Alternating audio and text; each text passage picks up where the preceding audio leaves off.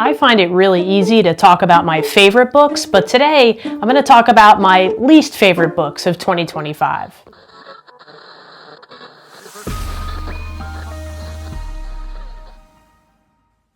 Hi, I'm Amanda, and this is Spineless Books, your one-stop spoiler-free shop for all things audiobook. I don't really like talking about books I don't enjoy, if I'm going to be honest. I mean, it's fun here and there to disagree with everybody at a book club, but I feel like the thing I don't like is that there's always someone who does enjoy a book. So anytime I say I don't like a book, I feel like that's like saying I don't like you or I don't agree with you, and that's not what I intend. So I'm going to tell you about the books this year that didn't work for me and why. Rather than tell you that they're bad, I'm just going to tell you why I didn't like them. But I'm going to talk through each one and why I didn't finish it. So let's start with the first one. Miranda July's All Fours. For me, there were two things that didn't work. One was the narration.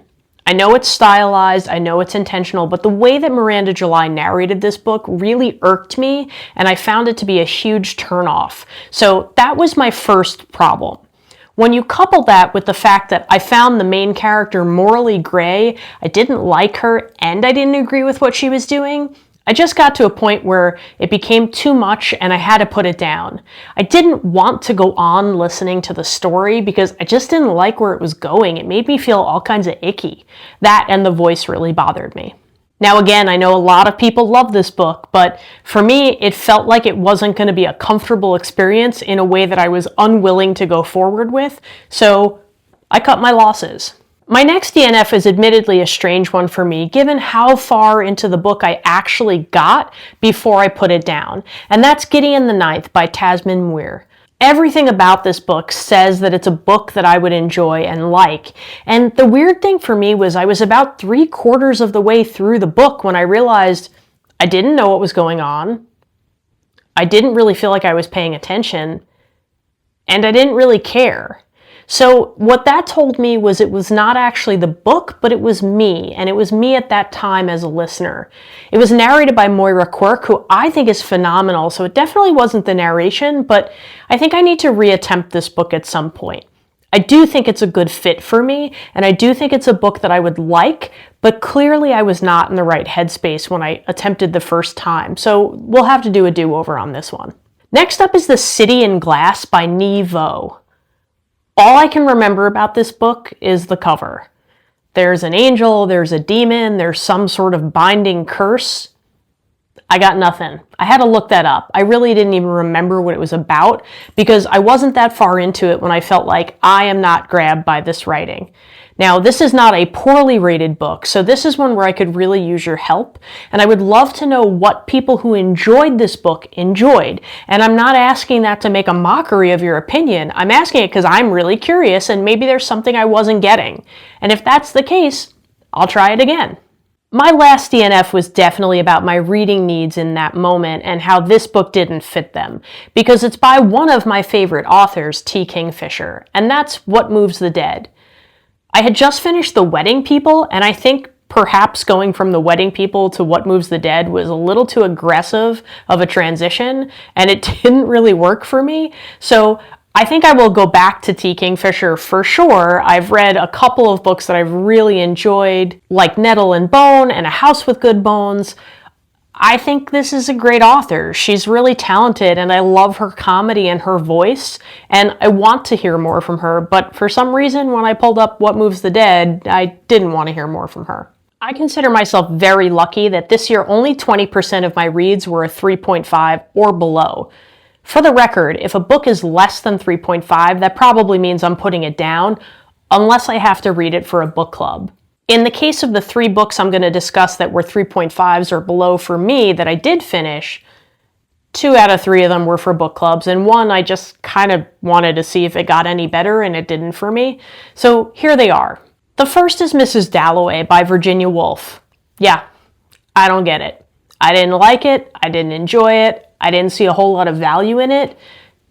Am I glad I read it? Sure, I checked a box, but I really didn't like this one.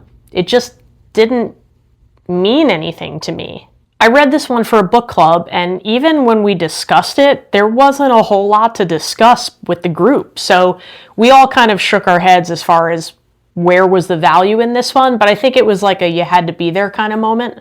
You had to be there as in when Virginia Woolf published it. I get it that she was revolutionary, but the girl ain't so revolutionary now, in my opinion. I mean, don't come at me, but... Another book I read for a book club that I really disliked was Annie-Bot by Sierra Greer.